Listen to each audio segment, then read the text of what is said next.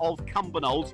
If you are heading north up the M73, perhaps away from Glasgow, the exit slip road onto the northbound M80 is partly blocked by a collision causing long queues. And if you're heading towards London through Surrey up the M3, the two outside lanes closed off just south of the M25 interchange following an accident.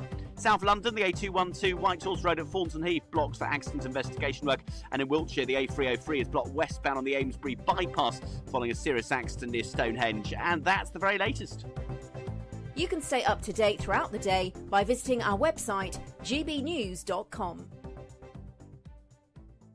Crash Law 24 sponsors GB News Traffic and Travel Report. It's the final week to see how you can spruce up your spring, as we have an incredible £17,777 in tax-free cash to be won. And if that wasn't enough, we'll also give you the latest Mulberry handbag, and not one, but two sought-after designer watches. Make sure you don't miss out, as lines close on the 4th of April. For another chance to win the lot, text cash to 63232. One entry costs £2 plus one standard network rate message, or text bonus to 63232. 5 entries cost £5 plus one standard network rate message. Go to gbnews.com/win. Entries start from just £2. Call 0903 681 3232. Calls cost £2 plus your network access charge. Or post your name and number to GB12 PO Box 8690 Derby DE1 9TT. UK only. Entrants must be 18 or over. Lines close at 6 p.m. on the 4th of April. Please check the closing time if listening or watching on demand. Good luck. The royal family is an enduring symbol of tradition, unity and pride for Britain. At GB News, we celebrate what makes this country great. In our new royal newsletter series, you can join me, Cameron Walker, for Inside the Palace, an exclusive look every week that takes you beyond the gates and brings you the very latest from those at the heart of the monarchy. Never miss a royal moment again. Sign up now. Go to gbnews.com/royal newsletter and get the latest straight to your inbox. It's Patrick Christie's Tonight, and here we do things differently. It's explaining the absolute madness of this, doesn't it? It's explosive. I mean, this is very good. It's lively. 850. Your government sat there, Sean, and it did nothing. It's controversial. And the Middle East has been in turmoil since before I was born. It's everything you need to kickstart your evening. Everyone's had their Weetabix tonight. I love to see it. That's Patrick Christie's Tonight, weeknights from 9 p.m. Only on GB News, the People's Channel, Britain's news channel.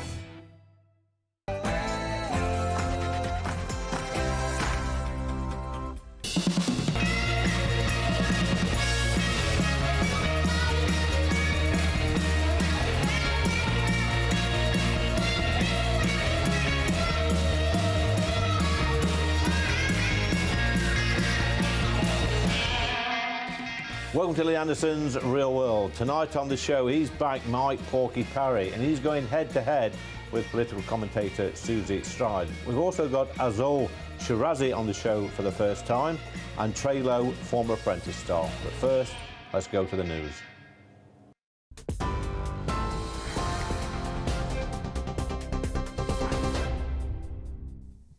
Very good evening to you. The top stories this hour. Rescue workers in Myanmar and in Thailand are scrambling to find survivors hours after a 7.7 magnitude earthquake hit the centre of the city.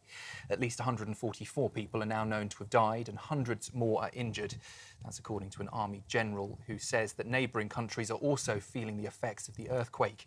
Tremors have been felt in neighbouring countries as far as Thailand, where an unfinished high-rise collapsed, leaving 81 construction workers missing. The search operation is still underway, and teams there say the death toll could rise into the thousands. Back here at home, the head of the government's anti-extremism programme, Prevent, is stepping down after serious failings were exposed by the Southport attack. Michael Stewart's departure follows a review that found Prevent's prematurely dismissed the threat that was posed by killer Axel Rudakabana. He was flagged to the programme 3 times before the attack. The concerns were not acted on. The Times is reporting that Stewart is leaving that role in the wake of the scandal. Well, the King has been seen in public for the first time since his brief hospital stay, waving to well-wishers as he left Clarence House this morning. But he's cancelled today's engagements due to temporary side effects from cancer treatment. Buckingham Palace says His Majesty sends his apologies to anyone disappointed. He is expected, though, to spend the weekend in the countryside with, at this stage, no major changes to his diary. Controversial sentencing rules that sparked a two-tier justice row are staying in place. The Sentencing Council's rejected pressure from the Justice Secretary to scrap guidance, letting judges consider ethnicity when punishing offenders. Well, earlier the Prime Minister told us that advice should be changed. Here's what he had to say to our political editor, Chris Hope. Well, I'm disappointed in this response, and the Lord Chancellor is obviously continuing to engage on this, and we're considering our response. All options are on the table, but I am disappointed at this outcome, and now we'll have to consider what we do as a result. Meanwhile, Justice Secretary Shabana Mahmood opened a new £400 million super prison in Yorkshire, holding up to 1,500 inmates.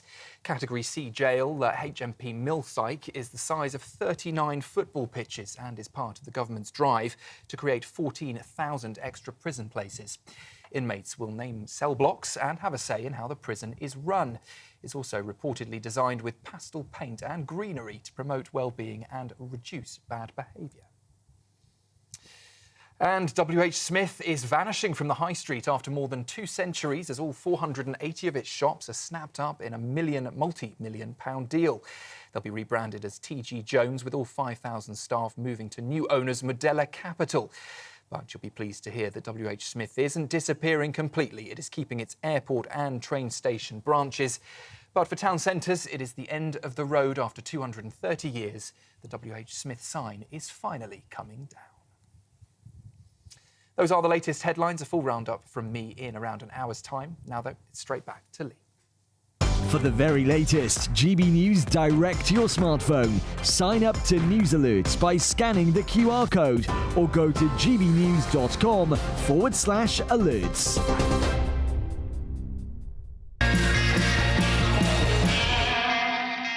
Welcome to Lee Anderson's Real World. I'm Lee Anderson, the Reform UK Member of Parliament for Ashfield. And on tonight's show, she's back, political commentator Susie Stride. She's our left in the corner. Broadcasting legend and unfortunately Everton Football Club fan, Mike Porky Parry. He's back on the show for the second time. Guys, we had the spring statement this week in the House of Commons. You saw it. Mike, was this a good spring statement? Is this encouraging small business owners to expand and look forward to the future? No, that's the very biggest problem we've got in this country. And she's crippled the country with the budget in autumn because it's not even got to its worst point yet. That's going to come next week when £40 billion worth of taxes are loaded on small business. Now, I say to you, the beating heart of this country is the private sector, small and medium-sized businesses. 28 million people work in that part of the economy. 6 million people work in the private sector. So 28 million people are getting up at 4:30 or 5:30 in the morning to open up their flower shops, to open up their sandwich businesses, to open up their hairdressers, getting hammered by taxes so that Rachel Reeves can take it all off them and give it to 6 million people in the private sector who work from home 2 or 3 days a week, who have gold-plated pension and whose productivity is 10% lower now in the civil service than it was before COVID. How can you possibly have an economy based on growth with those sort of ridiculous statistics? Nobody in the cabinet has worked in a proper business, not even Rachel Reeves. We don't know what she did when she was at Nationwide or whatever, but no other member of the cabinet has worked in the private sector. If they don't understand that the private sector generates all the wealth in this country, therefore make it easier for them to run their businesses, take less money off them so there's more money to reinvest in the business, and then don't give as much of it to people in the public sector who don't work anything like as hard. Susie, I think Mike seems to be sat on the fence on this one a little bit. So over to you, my friend. Yeah, I mean, look, we've got to look at what the British people are asking for. And yeah, we need a growing economy. You can't turn around this great country in 9 months. We've not even been in power for a year. People want houses for their kids. Rachel has made it clear that we're going to have record levels of house building in this country. That is absolutely crucial for families across this country. That is also going to generate jobs. It's going to generate apprenticeships. Absolutely vital. She's also talking about the importance of stability. Now, the fact is we are living in a time of great instability. You've got Donald Trump calling tariffs left, right and centre. You've got the Ukraine war going on, great instability. And in the midst of that, this is a spring statement that we've had this week, but the record house building, including the increase in defence spending, is going to create jobs. And one of the things I do want to say, as someone that spent 20 years of my life working with young people, 1 million young people unemployed, that is devastating. That is, in some ways, feels like a crime, actually. I totally agree. That is as a result of 14 years of Tory government. But I'm also going to say Labour before didn't do enough on this. I'm happy to say that. But we did have something called the Future Jobs Fund, which the Tories scrapped. We are going to invest massively in apprenticeships. We're reforming the apprenticeship programme. That is going to transform the lives of young people. That is going to get those kids back into work. That is what you want for a good economy. These are good decisions that we're making. What a finger wagging there from Susie. Yeah, I want to come back on that one. Yeah, I do want to come back on that one. The one industry in this country which employs more young people than anybody else is the hospitality sector, right? True. Young kids can actually start their working experience once they're 18 and go and serve behind a bar, and they can go right up to managing and getting into their own restaurants and pubs and all that. That industry is dying on its feet. You've got the new minimum wage coming in, so they won't be taking young people on anymore, because why take them on with no experience? The new working rules mean they can take them on with no experience. If they're no good, they can't then sack them and give the job to somebody who has got it. And the new national insurance tax means one very important thing: you're a bar user, Lee, you're going to wait longer to get your drink served in a pub in future, because there won't be as many young people behind the bar starting their careers in the hospitality industry. It's a disaster. I've got mates who run businesses. I've got one mate who runs a sandwich business, right? And he gets up at 3:30 in the morning, goes to his, his office and his workshop where he makes all the sandwiches. The people come in, they start doing it. The problem is now he can't take more people on, he can't afford it, not with the increase in national insurance. I've got another mate who's a hairdresser. He's having to cut down business rates, national insurance. It's crippling the economy of this country. And Susie, you're a very intelligent person, and you've got great... Thank you, Mike.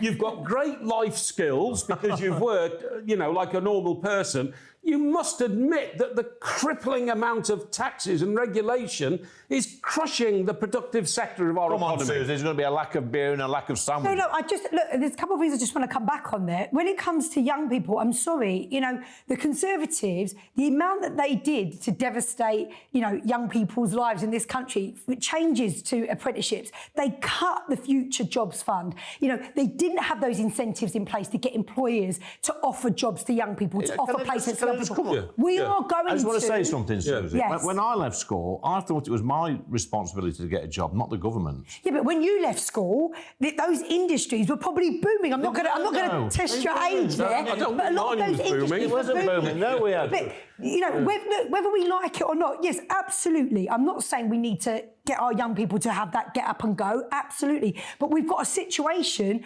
under the Tories before, where kids were going through apprenticeships and the placements were not there, where we had this Future Jobs Fund, which meant that there was those incentives for employers to expand their businesses. There's plenty of jobs. You want to go out and do them. And Susie, also, can I say, stop going back on history, will you? Oh, it's all down to the Tories. I'm not a big supporter of the last 14 years of Tory government. I thought they were pretty blinking useless, to be honest. But can I just remind you, before that, the Tony Blair government told young kids, all young kids, go to university and get a degree, and closed down all the technical colleges where there could have been bricklayers, lorry drivers, electricians, carpenters. He got rid of all that and said, no, all children should go to university. It's Nutsville. Just so you know, I worked in that sphere in the 90s. No, not in the 90s, sorry, making my age old, in the 2000s. And actually, that's not what happened. We had the Future Jobs Fund, which was getting young people into work. We had youth inclusion programmes, which were targeting those individuals and upskilling them. There was so much, and I'm going to agree with you, we didn't do enough, and actually we came late to the game. How about Susie? I'll be totally revolutionary. How about go to work or we stop your door money? I think we do need to make sure that welfare is not a trap. It needs to be a trampoline. It needs to be that people that are absolutely vulnerable and struggling and cannot work, have support. What we cannot have is what is going on at the moment. That the bill that we have at the moment is devastating. Yeah. The fact that we have not recovered since COVID, every other country has recovered their employment base. We haven't. There is something going deep. You've got the lazy civil servants, some of them, by the way, not all of them, they're not here to defend themselves. Well, many of them at home are refusing to go to work. Well, not only that, we've got 100,000 more civil servants now than we had before COVID, right? The Tories said that they'd get rid of 60,000 after COVID and the Ukraine crisis, and they didn't. So I'm with you there, Susie, absolutely. But it's now grown to 100,000. And what are these people doing? If they're not looking after COVID and Ukraine, which they're taken on for, which is no longer needed, what are these people doing? I mean, we're going to shrink down the civil service. We've already said that. She even said that yesterday, and I think that is absolutely essential. But I also think it is devastating for those people that are basically on, out of work. That is not good for them. We know that's not good for them. People have purpose, people have skills, people have giftings. We want to get them into work. And Labour are going to do that. Rachel was talking about that yesterday. That is a key part of the plan. You can't. And you Susie, you can't have that tax on the working poor, okay, where you've got people that can work not working. That is tax on the working poor. You're flying in the face of facts. Businesses can no longer afford to start looking to the future, employing more people, expanding their business, because they are hampered by new working regulations, new national insurance, business rates and taxes. They can't expand. And Rachel Reeves has made that clear. Look, she's economically illiterate. To keep saying growth is a priority, growth is a priority, I think she thinks if she keeps saying it long enough, it will just magically happen. Look, flowers will grow if I say they're going to grow. Growth will grow. No, it doesn't. Growth has been smashed and killed. It can't be revived under her. Sorry. I mean, look, I will never talk down this country. Growth has not been smashed and killed. It has. I think it will take time to turn around. I'm going to say 14 years. It's not history. We're not talking about Thatcher here. We're talking about last year they were in government. We're talking about not that long ago, that disastrous budget. But you are right. We have to take responsibility and we do have to get a grip of the economy. But that is what Rachel is doing. And I think let's see where we are at next year. Best days of this country are coming. Susie, please, common sense. How is it going to grow? At the Business Investment Summit that we held, 6 months ago, record investment pledged into this country. So it's 63 billion or something, record investment. I think, guys, we've got to wind it up. Please, Susie, please reduce your aggressive left-wing behaviour. Yeah. So Mike's an elderly gentleman. I say that I'm a moderate centrist. He's having a funny moment at the moment. Anyway, coming up next, we have the founder of the Autoimmune and Awareness Foundation, Azol Shirazi, and these are coming back later.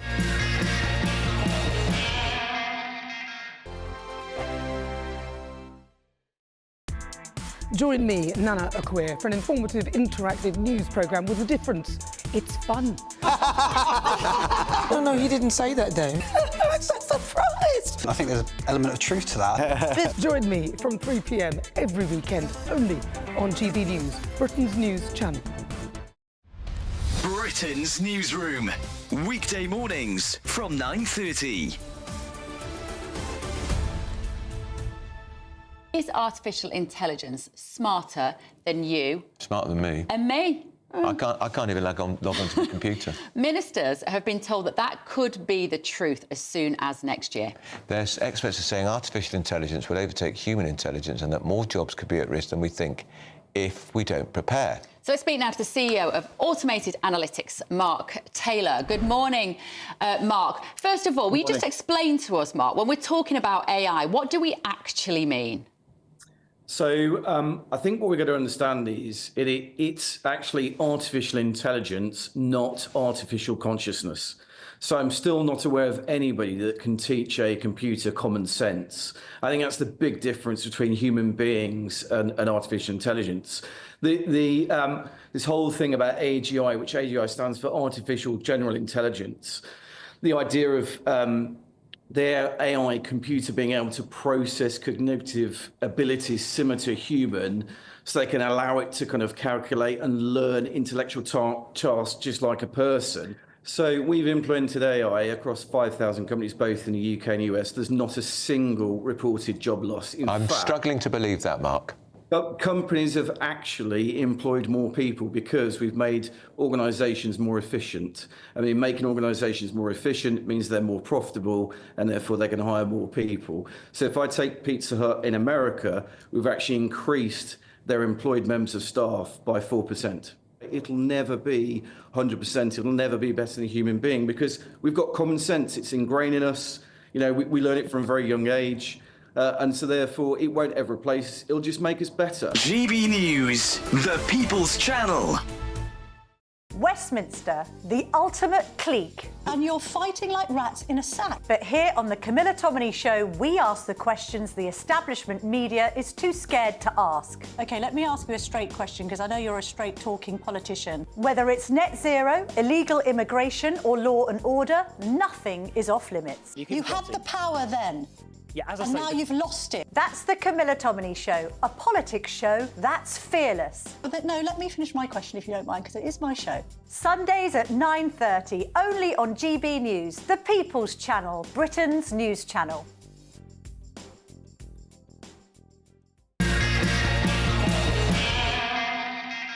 Welcome back. It's time for Real People from the Real World, and I'm joined by Azal Shirazi. Have I said that right? Yes. I did my best there. You are an entrepreneur, a scientist, a mother, a warrior, and someone who's overcome a major illness in 2005. Tell me about that, please, Azal. Well, thank you very much for having me here today. Well, basically, I was suffering a lot of symptoms, in and out of ambulances and all sorts of things. Went to the GP many times. They said I'm menopausal, I'm this, I'm the other. And then at one stage they said, it's all in your mind. Eventually, because I had medical background, I decided, right, I'm going to bypass the system. Took myself to a private consultant, a rheumatologist. After a couple of tests, sat me down, held my hand with a nurse and said, I'm sorry to say you've got diffuse systemic scleroderma. That's heart and lung specific, so you've got 4, maximum 6 months to live. 6 months to live? Yes. This is in 2005? That's correct. Then at the time, Dame Carol Black was head of rheumatology at Royal Free.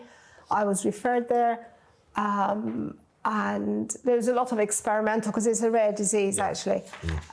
It's an autoimmune disease. And then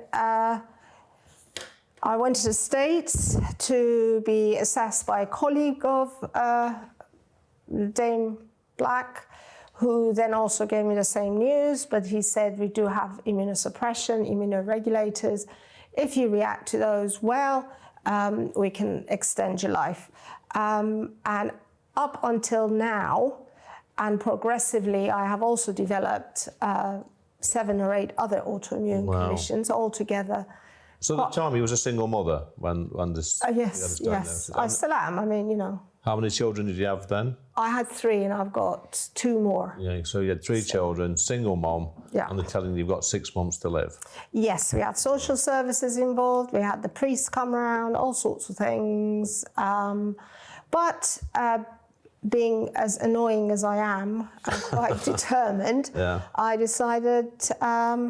Actually, the professor in the States said one thing, and Dame Carol Black also said, don't let the disease take over you, you take over it. Well, you're here. 20 years later, you're still here. You're looking fit and fighting fit. Well, what's that down to? What's it down to? I think it's understanding the disease, the diseases that I have, understanding the triggers that I have, because I was medically trained, and basically looking after myself, because when you remove the triggers, you don't have as much inflammation and symptoms, which then aggravate the whole situation. So in 2019, you was awarded the British Empire Medal. Yes. That must have been a proud moment of your life. Oh, it was absolutely fantastic. Although when I first got a letter, I didn't believe it. I thought it was my kids were playing a joke on me. Then I rang up the number on it and I spoke to a gentleman. And then I thought it was one of my daughter's friends, a teenage boy. And I told him I want to speak to his mum.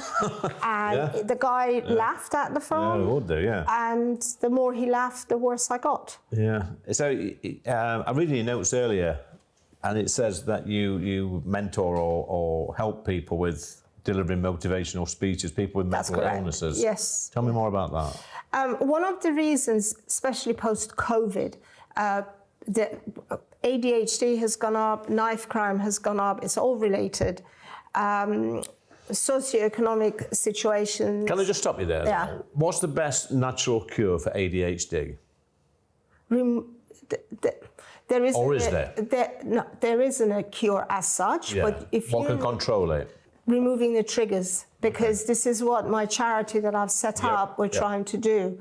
We test people for triggers, and then we advise you to remove them or help you to deal with that, and you will see that you're a completely different person. Because a lot of people say to me in my line of work that maybe they'll take up a sport or learn to play an instrument or do something to... Is that not right? No. No. The reason for that being ADHD is an autoimmune response. 70 to 80% of your immune cells are in your gut. Yeah. And when the gut is being stimulated by external factors, constantly like poking you like that. Such as what sort of factors? For each individual, it varies, but there's also chemicals in food, additives, preservatives. I know somebody who's reactive to chicken, so every time she ate chicken, her ADHD would get worse. Wow.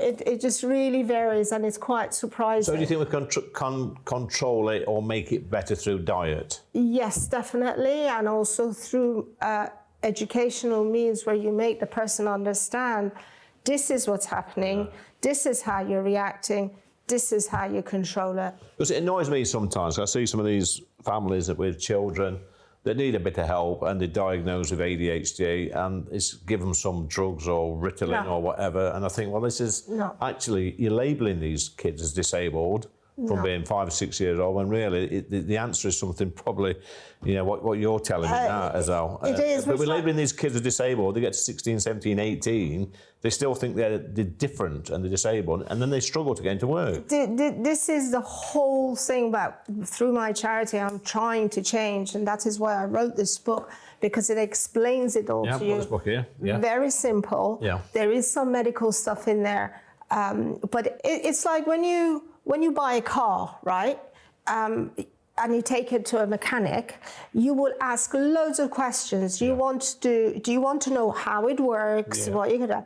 But when you take your body to a GP or to a doctor, that's it. You don't ask any questions. This is your only and the most valuable commodity. Because when you see a have. GP or a doctor, you trust them, don't you? To have all the answers. No, they don't. They don't. You shouldn't.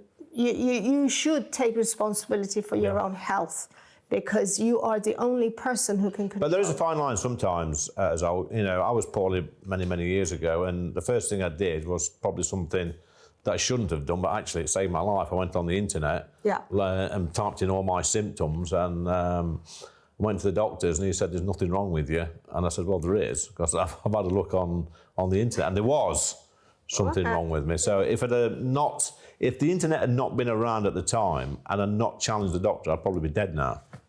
Well, there is some truth to that. However, the problem is each individual has got different needs. I get that. You know, and actually the GPs Google now. Yeah, they do, Yeah, of course.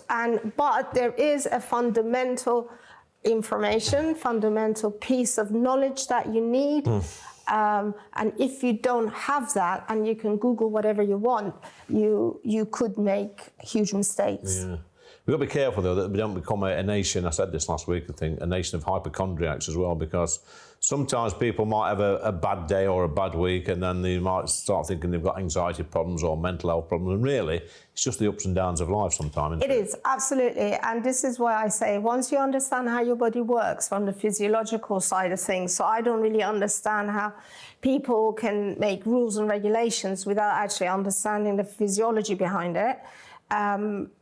Once you know that, I mean, somebody like me with 8 or 9, I don't know, autoimmune conditions, I have bad days, really bad days that I can't get out of bed, and I've got good days. Well, Azal Shirazi, this book here, Yeah. I'm going to read this on the train. It's probably taken me, I don't know, 2 or 3 train journeys when I'm coming backwards and forwards from London. But it has been an absolute pleasure to meet you. Thank you for Absolutely. Thank you very much. Coming up next, we've got Right versus Left.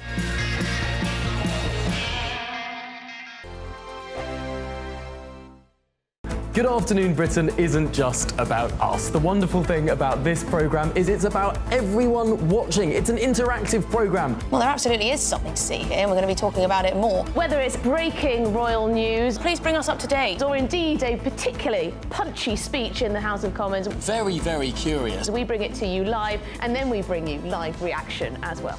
That's Good Afternoon Britain, weekdays from midday. Only on GB News, the People's Channel, Britain's news channel. Exciting news. Every Friday, my Patrick Christie's Tonight Show is going to have a twist to it. We're welcoming some special guests. You. That's right, on Fridays I'm going to be doing my show in front of a live studio audience because this show is about you and what you have to say. It's going to be the same big debates, same big topics, same big opinions. But every Friday night at 9 p.m, you are invited to come on down to Patrick Christie's Tonight to be a part of the action. Only on GB News, the People's Channel, Britain's news channel. Mornings don't have to be tiresome, especially if you have the right company.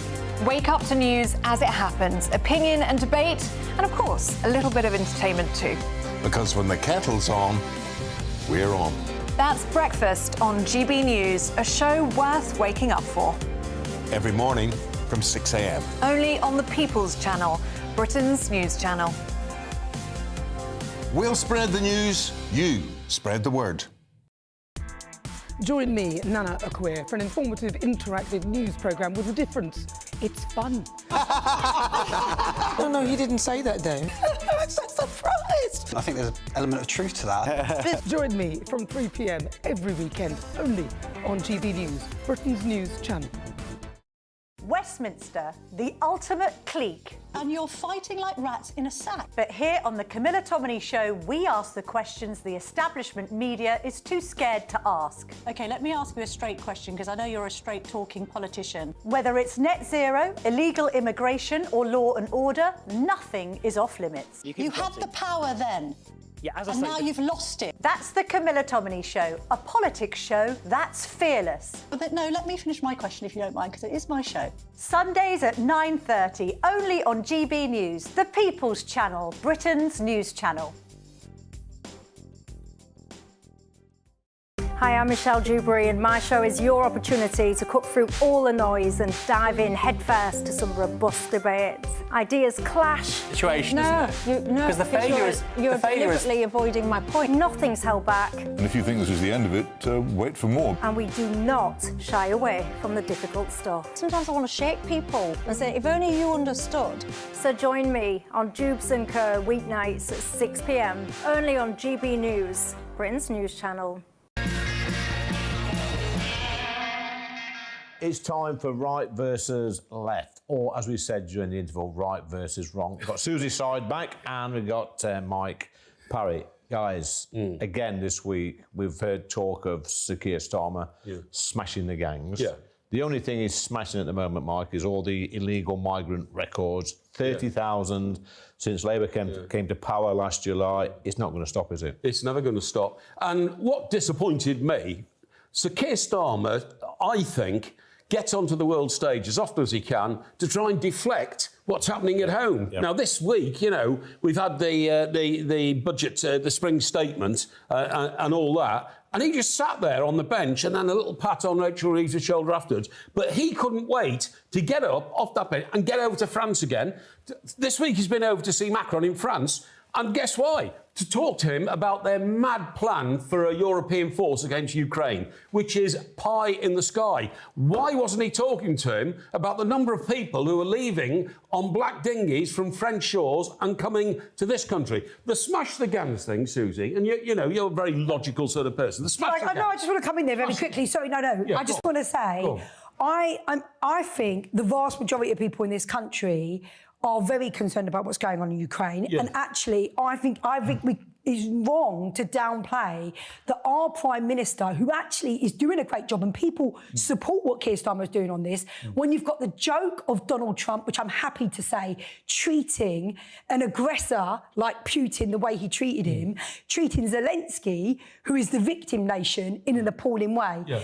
I have never felt so proud to be British. I've never seen so many people say I feel proud to be British when they saw what Keir Starmer has done. And the fact that Keir Starmer is prioritising that and going over to France, that is something to be proud of. Yeah, well, OK, but we can't do anything. We haven't got a big enough army, so to me, it's all pressure on. No, I get pressure. I tell you what, Susie, why don't you put pressure on the French to stop these dinghies coming over? Exactly. I mean, I think that's a different issue, and I think that's it's an okay issue to we've talk got to get about. onto. Now, when he says smash the gangs, OK, I mean, this is Yvette Cooper's initial response. Oh, we'll smash the gangs, don't worry, smash the gangs. Does she understand, because I don't think she does, that the gangs she's talking about are one of the biggest industries in the world. Yep. They're a multi-billion-pound industry. They don't just operate across the English Channel and across the Mediterranean. They operate across the American-Mexican border. It's a worldwide billion-dollar industry. And Yvette Cooper says, well, smash the gangs. Yeah. You must be joking. Yeah. It would be... Maybe, Mark, she should put Rachel Reeves in charge of them. That'd slow them down a bit. I think it is important that you're stating that, because the fact is we are talking about a global problem here. We are talking about a complex problem here, which means that it can't be solved overnight. But what I do want to say is this. This is probably the second issue in people's minds. You've got the economy, then you've got immigration. Yeah. If the Labour government does not get to grips with this, we're not going to win the next election. You say you can't stop overnight, Susie, but what did Donald Trump do within days? Well, he deported millions of people Well, interestingly, and closed the border. Yeah. I mean, interestingly, deportations have gone up under this government. Yes, okay? but Susie, you can't come to this show quoting them figures, because the deportations that you're talking about are all voluntary, and they've all been paid £3,000 to go, and not one of them have come over on a small boat. And a lot of them come back. Yeah, and they're just overstayers. But look, do you know what? Look, I'm going to be honest with you. This is a massive issue, and we need to get to grips with it. And we've got to be honest, we're not yet getting to grips with it, because obviously the numbers are showing that. And what I do want to say is, you know, I feel very strongly about this. You don't want people joining in the channel, but also there are big problems that are coming from this, the boats coming here. I think there are things that they are doing, including, you know, deals with the home countries. I think that is important. But it's going up. Pardon? It's going up. The amount that's coming is going up. Yeah. So you know, it's not just the horrible I'm just going to say, I agree with you. I can't argue that the numbers are going down. The numbers aren't going down. It's not, you know? It's not just the awful side of seeing all these young, fit and able men climbing out of black dinghies, because that's what they are. Yeah. I see very few mothers clinging on to children who, I've been oppressed in my country. They're economic migrants. Yeah, exactly. A safe country like that. So they come here, they get put up in a hotel, they get, you know, a payment money and all that kind of thing. But to me, it's the integration problem which is destroying the fabric of our country. Yes. I was in Altrincham recently. I stay there sometimes when I watch Everton play at Manchester United, because it's a beautiful little town, like Altrincham. They've taken the hotel, the Crest, I think it's called, the mid of Altrincham, and turned it into a migrant hotel. You won't believe the effect that's had on a Cheshire town whose whole, you know, makeup and picture has radically changed. And that's what's happening in this country. And it's the integration problem. 1 million people in this country who've come to this country do not speak English. Now, a lot of other countries say if you don't speak our language, you can't come in. Isn't that fair? I think because they would have a better life if they could converse with the people they're living with. Yeah, and ultimately, and I know you're not going to like me say this, but we inherited a big problem there. No, We've I agree. inherited I this agree big you problem. did. As you pointed out, this is not something where it's just between us and France. This is a complex global problem. But We've it's got our massive shores. global migration going on. We've got to look after our shores. I agree with you, but I don't think you can turn it round in 9 months. Do you know what I mean? Yeah, but you know what, Susie? Keir Starmer's talking about the coalition of the willing. Yeah. He's puffing his chest out, sticking his shoulders back. He's going to defend the borders of Ukraine with the coalition of willing. He can't even protect our own borders. No, but I don't. I'm sorry, but I am going to say this again. I am going to say this again. You know, I spent time yesterday in Parliament with the Ukraine government talking about the 20,000 children that Russia have kidnapped and taken. Unbelievable. You know, absolutely appalling. You know, sorry, I've got a child, and like we want to do everything in our power also to put pressure flipping on Donald Trump to not cut the funding to some of what they're doing there. And I really don't want us to mix these two issues. What is going on in Ukraine is awful. What Putin has done... Right, guys, just calm down, please. No more finger wagging, Susie. Sorry. It's actually scaring me, Mike. It is, yeah. Get shouty as well. It's time. Use a pen. It's time for the yes or no quiz. You know the rules. You can only answer yes or no. Number one, Susie, to you. Was this week's spring statement good news? It's a long pause. Yes. That was a long yes. Long term. Mike. No. I can't give you that. It's got to be a no. No. You did 3 no's. All right, I know you're enthusiastic, good, so no. it's a good answer, but it's a wrong answer. Right, Mike. Will Starmer smash the gangs? No.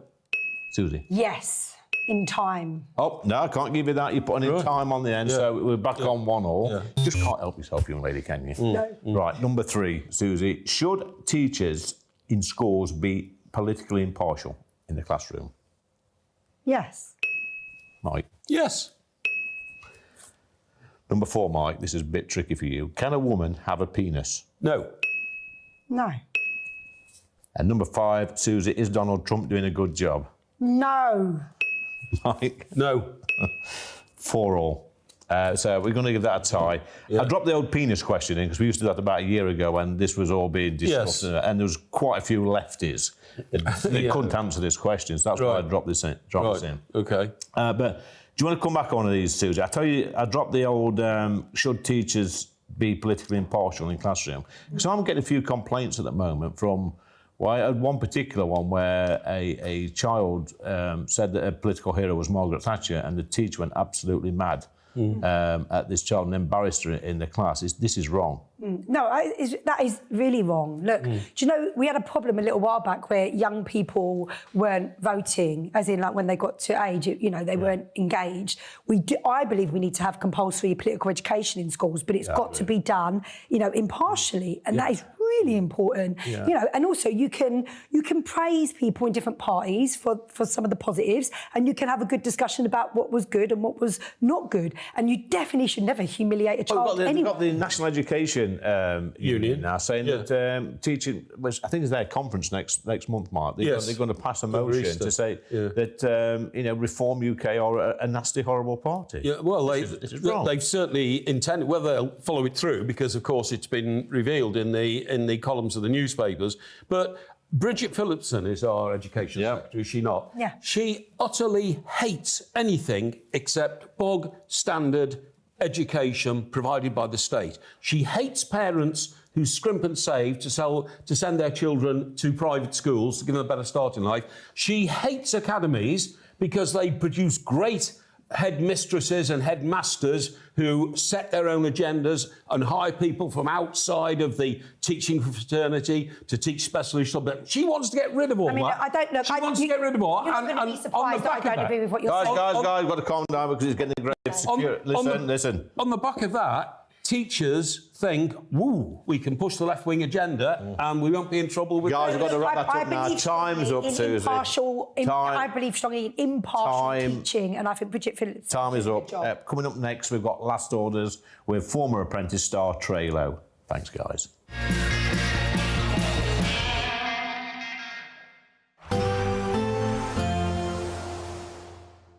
Can't wait to get in that sea. Lovely and warm. Just like the feeling of having great travel insurance. All Clear Travel Insurance sponsors GBNews Travel Destinations Forecast.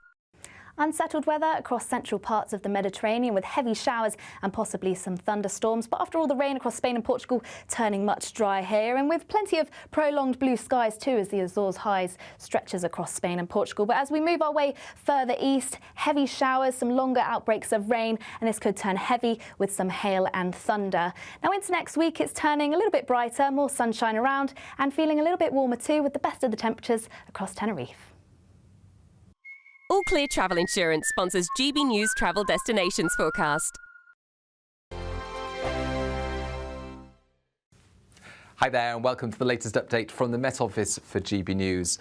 Sunshine and warmth return next week with high pressure building, but for the time being the weather is very changeable. Showers ease overnight with some clear spells, but further rain from a weak system will turn up from the west during Saturday. Here's the high that will arrive from Sunday. For the time being, it is extending somewhat towards the UK, helping to kill off those showers, but some showers remain for the north and west of Scotland. Patchy cloud here and thickening cloud ahead of the aforementioned weather front across Northern Ireland. So generally frost-free with the breezy and cloudier conditions in the northwest.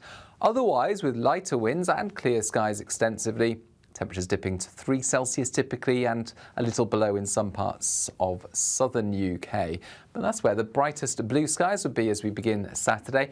Yeah, it'll be a fresh feel first thing if you're out and about, but you'll feel the warmth from the sun early on, I suspect. Northern Ireland, that thicker cloud already in place.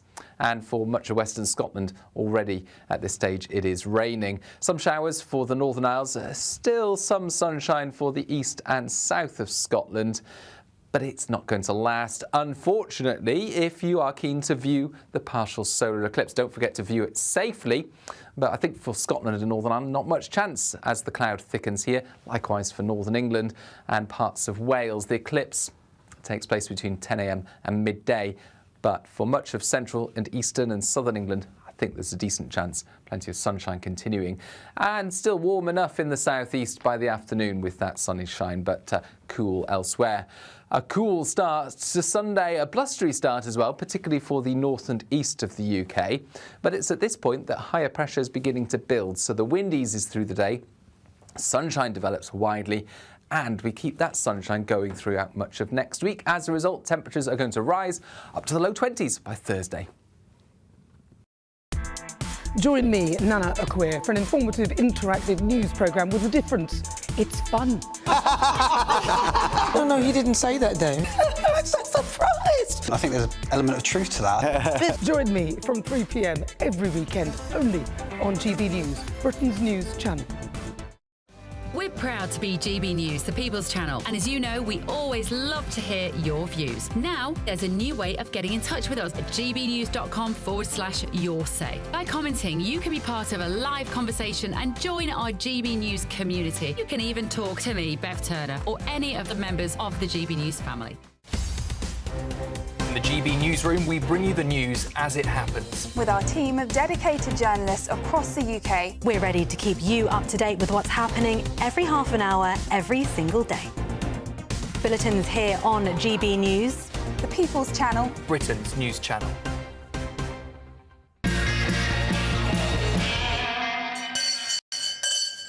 Well, that sounds like Last Orders at Barn. I've got Trey Lowe with me, and we met, 2023, was it? Yeah, it was about 2023. And your missus came to do the show, who's now with child. She is, yeah. We're expecting a child any second now, pretty much, yeah. Moving forward, you was on The Apprentice a while back, weren't you? I was, yeah, last year and this year, actually. Yeah, I was actually on both of them. So I was on last year as a contestant, and this year I came back as a sort of mentor as well, and as one of the episodes. And what that was fun. What does that sort of learn you, Trey, being on that programme? So much, you know. I mean, that programme is probably the hardest thing I've ever done in my life.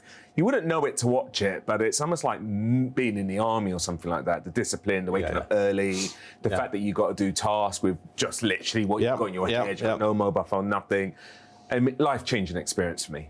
But you are a bit of a doer, aren't you? I'm very much a doer. You're a doer. You could tell that with how you come across. But let's rewind a little bit, go back in history. You had, was you paralysed at one stage? Oh, yeah, for a little while, yeah. I was basically 15. I had an appendectomy. I was given an overdose of a drug, which paralysed me twice in succession and literally changed the course of my life, yeah. It wasn't easy for many years, but I love the person who it forced me to be in the end. So what did it force you to be? You know, I mean, if you think about it, I had a career sort of in music and the rest of it. I probably would have been a bit of a pop star wannabe, thinking I'm better than other people. You know, it's like... All the blame? Yeah, whereas I think having gone through that, I'm someone that's really committed to making a difference. Yeah. And for many years, I didn't know what was wrong with me. I just knew I was given this overdose. My body wasn't quite right. I had all of these different conditions, derealization, tinnitus, head pressure, and it was hell for a while. I wouldn't wish it on my... It must have been scary, mate. It was awful because I didn't know what it was. You know, I was in and out of hospital. You know, I was told that there was nothing wrong with me, essentially. Yeah. I looked completely normal, but I was anything but normal. And it was crazy because one minute I'd be on top of the pops, like with the Spice Girls, etc. The next minute I'm in hospital having my 10th MRI scan, and you can only imagine what that does to a young mind. But eventually I discovered for myself, because I had to, what was going on with me. I almost became a neurologist or a doctor. I had to really understand myself. Was you my Googling? physiology. That was before the days of Google in many ways. That's what made it harder. There was nowhere to check, you know. So if doctor said there was nothing wrong, I had to literally wait on to online got better. I discovered someone online who had my symptoms, and from there I learned that what happened was pretty much a post-traumatic stress response to an overdose, which paralyzed me. Wow. You know? How long was you paralysed for? Only momentarily, for probably about an hour or so, but it felt like a lifetime because... Scary. As a kid, I always was claustrophobic, and I always thought there's nothing more confined than one's own body. So it was horrific, but it was the symptoms after paralysis that made it worse because it was, you know, ringing in the ears. I was a musician. The last thing you want is an issue with your ears. Derealization, for people who don't know, is like a dreamlike sensation. It's horrific. And then head pressure, and all of them just got worse and worse and worse. So... So it was a horrific you time. impressed Lord Sugar with a top 5 finish, and then you've gone on to form this Sobo Club. What is a Sobo Club? So Sobo Club stands for Social Bohemian. It's all about socialising but retaining that bohemian spirit. So it's for entrepreneurs, for creatives, for change makers. And what we do, we bring people like yourself, inspirational people, to come share your story. Yeah, that inspirational. You are, because you're always someone that's always able to reinvent yourself. And I love that topic about reinvention. But it's about having inspirational people come and speak and have people network. So if you're an entrepreneur or you're, you know, somebody who wants to make a difference, you get to be around like-minded people, listen to someone inspirational, and really elevate yourself, your business, your life. Yeah. I think some of our young people in this country at the moment, Trey, need some inspiration. We've got tens of thousands of young people under 24 not working, economically active. I don't necessarily blame them. I think it's just the society that we're in at the moment. They've got no role models in their life. May have been brought up in workless households. If you could grab hold of these young people right now, what would you say to them? I mean, the first thing is no one's coming to save you. And I know it sounds hard, but I think, you know, in my days, I'm 50, so I grew up in the days when there was none of that. You know, you were expected to work really hard. You know, I'm the son of immigrants, came from Nigeria. All they knew was hard work. This myriad of benefits that we have now, my parents didn't have, and they never used it anyway. All they had was grit and determination. It's a different culture, isn't it? It's a complete different culture. You have to work. You were self-reliant, I mean, fair enough, life was slightly cheaper, but still, you know, you had to work. And I think what I would teach people is self-reliance. No one's coming to save you. What can you do for you? Because I think a lot of people now are kind of leaning on what others can do for them or what the state can do. And we've kind of created a culture where it's like, oh, you poor thing, which I get it because I was once a poor thing when I was helpless with my medical issues. But I'd rather the messaging of what can you do for yourself. And that's what I like to portray. I know we spoke about it earlier on the show with one of my previous guests that, you know, we all have ups and downs in life, but I think there's too many people running to the doctor now to try and get signed off. You know, I've got anxiety. And a lot of it's mental health stuff. And like I say, I mean, a lot of it is about really learning mental resilience. And it's not taught in school. It should be. You know, I spent years in self-development, years and years and years. I think there's not enough of that. You know, what can I be responsible for? What can I do? I think there's too much of a, sometimes like the nanny state's gone a bit mad. So everyone feels like I'm helpless and I'll get benefits, whatever. And ultimately, in the long run, it's worse for them. And it's a cultural thing now. It's a cultural thing, It's massively. Like I said to my kids when they were growing up, nobody's going to come and knock on your door and offer you a good job on a good salary and give you all the nice things in life. No, you got to fight for it. You got to graft. You got to go out there. You know, you got to grow as a person. You got to look at, well, where's my weak spots and can I do anything to elevate them? You know, you can't wait for anyone. That's just my you was on The Apprentice. Right, you're going to do an apprenticeship in pint pulling now. Here we go. So there's your pint pot, and it's the old neck oil. Have you poured a pint before? Never. Never. Come on then. Go I'm very competitive, so I reckon it's going to be about go for 8 it. out of 10 or higher. Let's go. Right. It's a good start. Not bad, huh? It's a very good start. Let's slow it down, quick. slow it down. Oh, you've got to slow it. Yeah. Nearly there. And when it gets to the brim, just slap it on the bar. Oh, God, that's all head. Yeah, well, I don't think Lord I'll be Sugar... getting fired, I think. Yeah, Lord Sugar... How did it go so wrong? It's terrible, mate. Sabotage on the not be putting you in the top 5. Oh, well. But, you know, it's I'm not really a drinker, so... These motivational speeches, which you do they actually work? They do, yeah. I mean, it worked for me because if it wasn't for me being so much into motivational speaking, I would never have discovered what was going on with me. Yeah. You know, I devoured books from things like Think and Grow Rich to People Speaking. And what I learned was how much we have agency over ourselves. Yeah. And I think when you're a motivational speaker, I speak a lot, obviously, as you can see. I think people then see something of themselves in you, and that then gives them the scope to help themselves, as opposed to the world that people live in where I've people got this tell their theory, victims. Trey. I've got this theory, and I always say it when I speak at events, that everybody is good at something, children especially. And you have to, as trainers, as educators, as politicians, as parents, we have to find out what our children are good at and then give them a little nurture push. it. Yeah, exactly. You got to discover it. And I think everyone has talent. And I think there's a lot of people, unfortunately, walking around thinking they're gifted with no talent whatsoever. Exactly. And they've checked out and given up. I think everybody is talented in something. Yeah. It's just how do we discover that talent? There is, I always say this as well, there is a brain surgeon, a doctor, a GP, a lawyer, a teacher, a nurse, an airline pilot on every single street in this country. Absolutely, yeah. I've not found them yet. Because no one's looking for them. No one's But how is it, people's Trey? greatness, You know, a Manchester United or a Arsenal or a Tottenham can see somebody at 5-year-old and think, that lad's got a future. And then they can nurture them through the academy. In 20 years' time, they're playing for England. If we can do it with sports, we can do it with academia, You can't could we? actually do it with everything, yeah, you know. But again, there isn't the emphasis in terms of the school system, and we're still working on this antiquated Victorian era system in schooling instead of, you know, what's that person's talent? What can we nurture, and what does society need as well? And how can we have people, you know, really follow their dreams? Oh, Trey, it's been a fascinating discussion.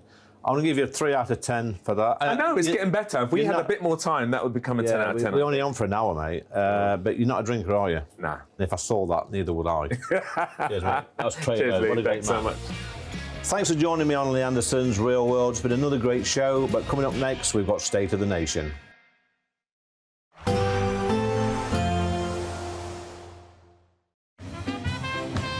There will be a light breeze in the morning, leading to a warm front. Boxed heat pumps, sponsors of weather on GB News.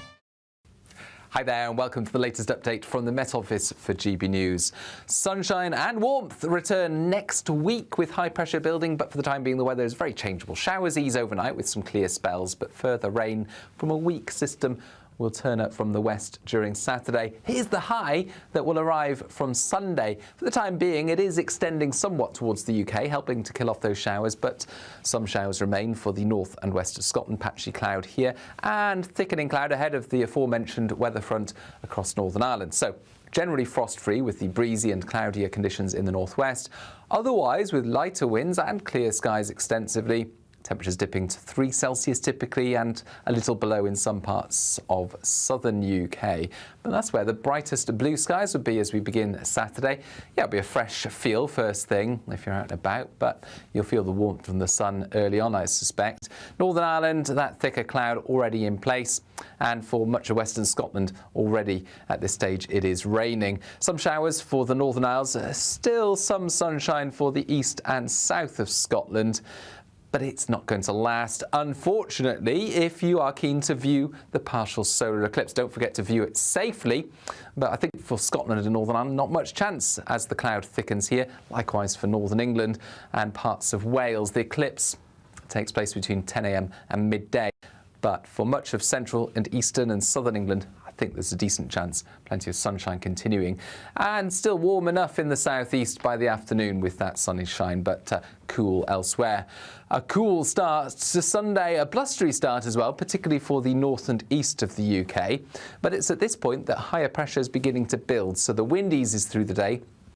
Sunshine develops widely, and we keep that sunshine going throughout much of next week. As a result, temperatures are going to rise up to the low 20s by Thursday.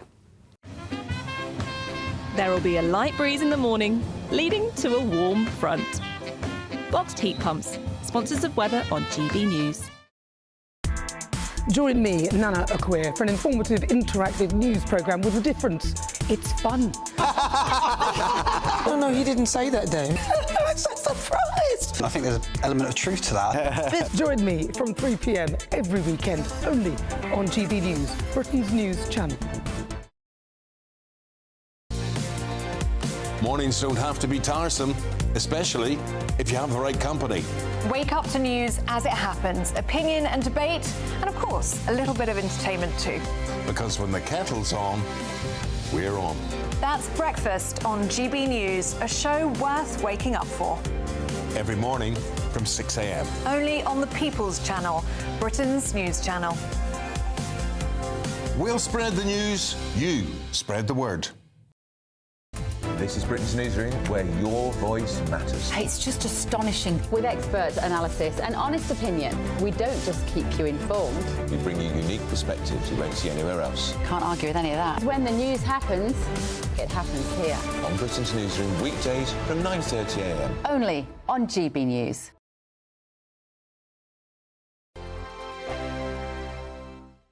It's the final week to see how you could spruce up your spring, as we have an incredible £17,777 in tax-free cash to be won. And if that wasn't enough, we'll also give you the latest Mulberry handbag, and not one, but two sought-after designer watches. Make sure you don't miss out, as lines close on the 4th of April. For another chance to win the lot, text cash to 63232. One entry costs £2 plus one standard network rate message, or text bonus to 63232.